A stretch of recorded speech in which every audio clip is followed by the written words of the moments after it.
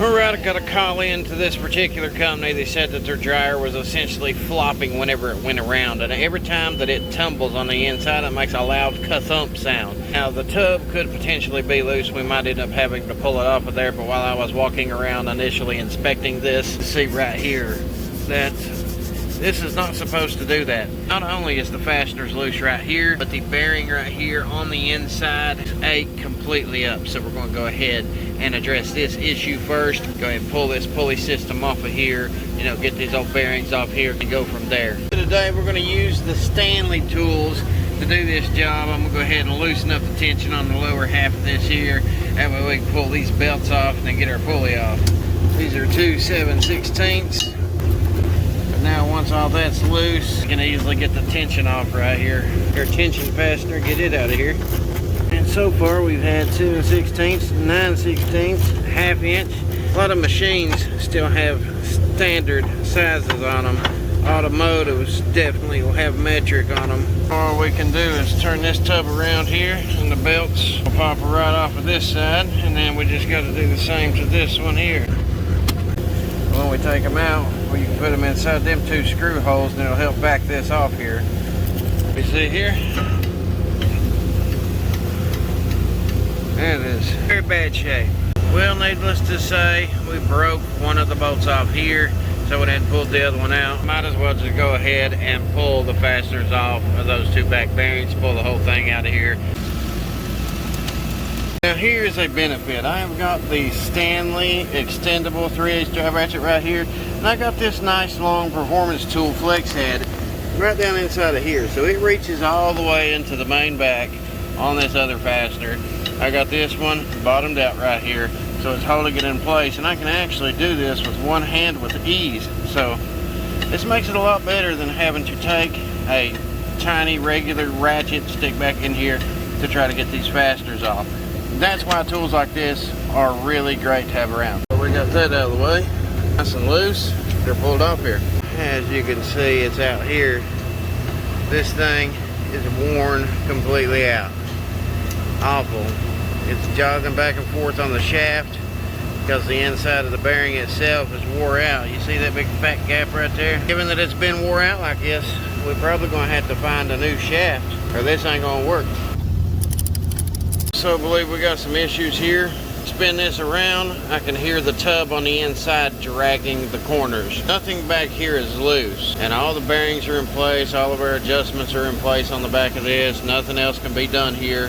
What is going to be wrong with it is going to be the inside tub itself. More than likely the shims that are on the back of these most of the time are going to end up coming loose, coming apart, or even the shafts and the spider arms that's on the back of it's going to break, and then you had to order a whole new assembly. So this is something we're going to have to address next. We'll pull this tub out right here, see what's wrong with it, and then go from there, see what other parts we need. Now we got the bearing up here.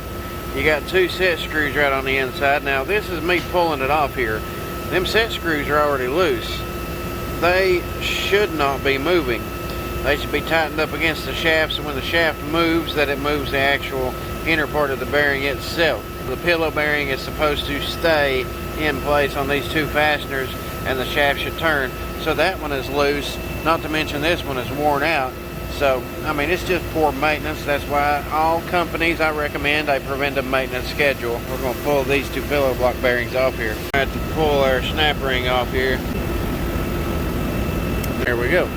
There be number 1. And of course the set screws go toward the inside of the shaft, and on this one they set on the inside of the shaft.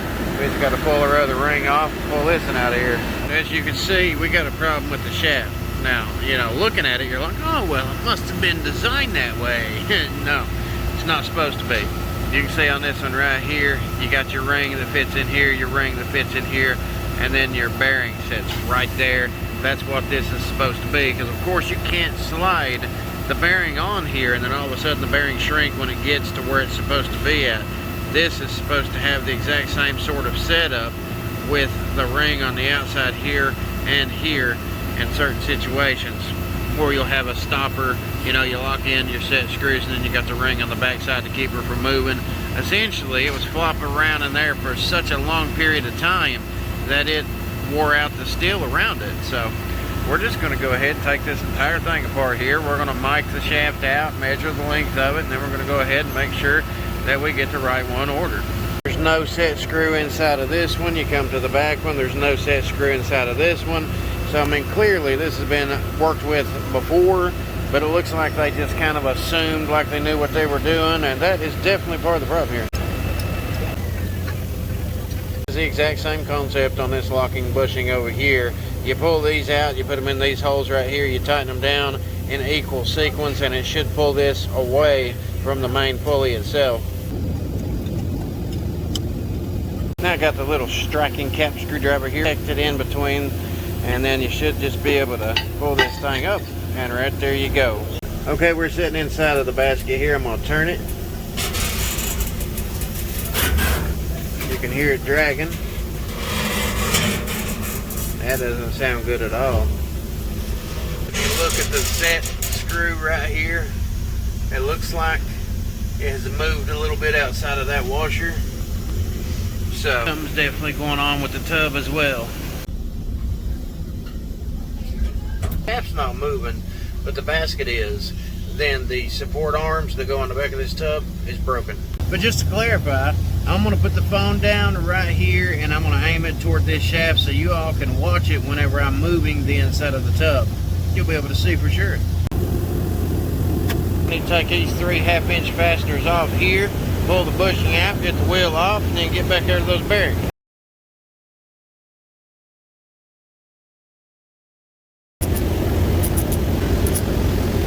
Essentially, those threaded holes will help you because you tighten up one at a time in rotation. And what we're going to do is tighten one, then the other, and it'll slowly start pulling this off here. And that's another reason I like Roto head ratchets, because these things come in handy. You can easily twist one, then the other, and just kind of go back and forth and use it kind of like a nut driver. And you see how easy it's pulling this right off here. The bushing's coming right off, the pulley's coming right off. It's going to make my life so much easier. It's not going to cost you a ton of money to do this kind of work with these types of tools.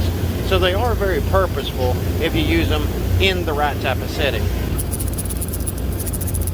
And voila, right there she is, nice and easy. We've got to get our fasteners here off. These, I believe, are 15/16 in size. The fasteners right here on the side is basically your adjustments to move the tub. It pushes the bearing left or right on the inside. And then you got these adjustments right here. You got 2 on the side up top, 2 on the bottom that kind of serves as a pivot. So whenever you adjust the tub on the inside back and forth, left or right, you got shims on the back of the tub generally. You got this fastener to move, this fastener to move, and then you tighten them in. Whenever the tub is not dragging the sides when it goes around, you tighten these fasteners up for that adjustment, and then you fasten them down right here to hold it in place. Fasten these 2 down right here to kind of hold it in place, because that'll let it go left or right depending on which way you go.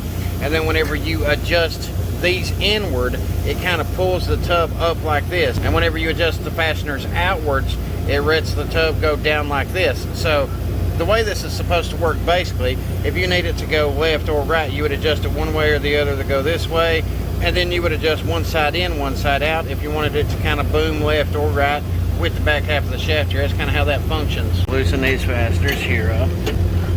This is our Jobsmart set. You can check out the original review. I'm still using these in real world scenarios till I can get a good performance update on them. Try out the Pittsburgh 1/2-inch Roto head. Tools like this are great for these types of jobs. We got those fasteners out. Now we're going to go ahead and knock this keyway out and come back here and get our 2 set screws out. Now I'm going to add my Ampco pulley onto it right here, tighten up the fasteners on the arms to make sure everything stays in place. Then we're going to start slowly putting tension on it, pulling her off. I got all the fasteners nice and tightened up. I know where I'm going to start at right here because the keyway is right at the end of where this bearing is. So I'm going to know when it starts coming off here.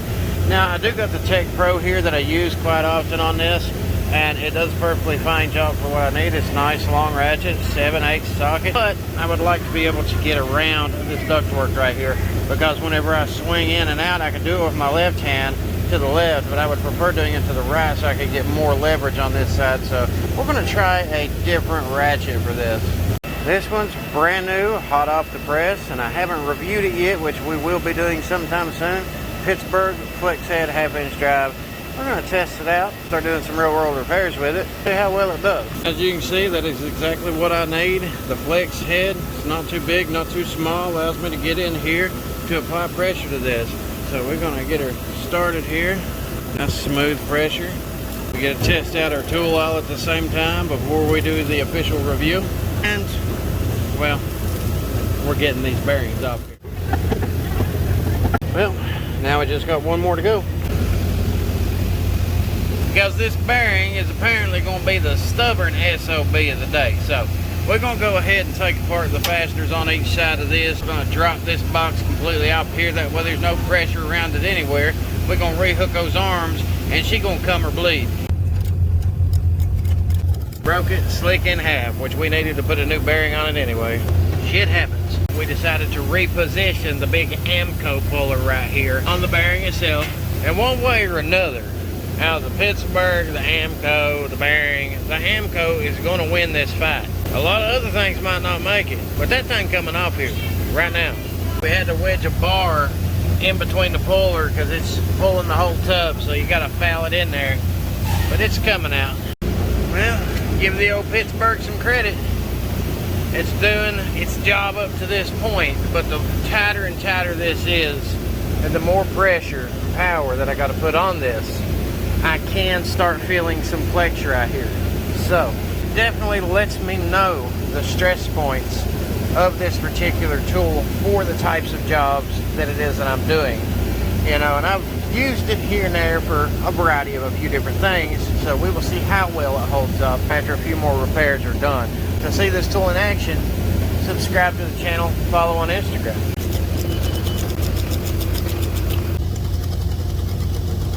The bearing is finally off. Definitely going to need to order one. We can come up to the front of it here and go ahead and pull this cover plate off. Now all we left to do is to pull this out and see what's wrong with the trunnion arms on the back. You do that simply by pulling the tub out, teetering it over, putting it out on the ground. You can see big old huge steel plate on this thing. I mean, that's a solid steel plate. And it broke right here. Broke right around the primary weld on the inside.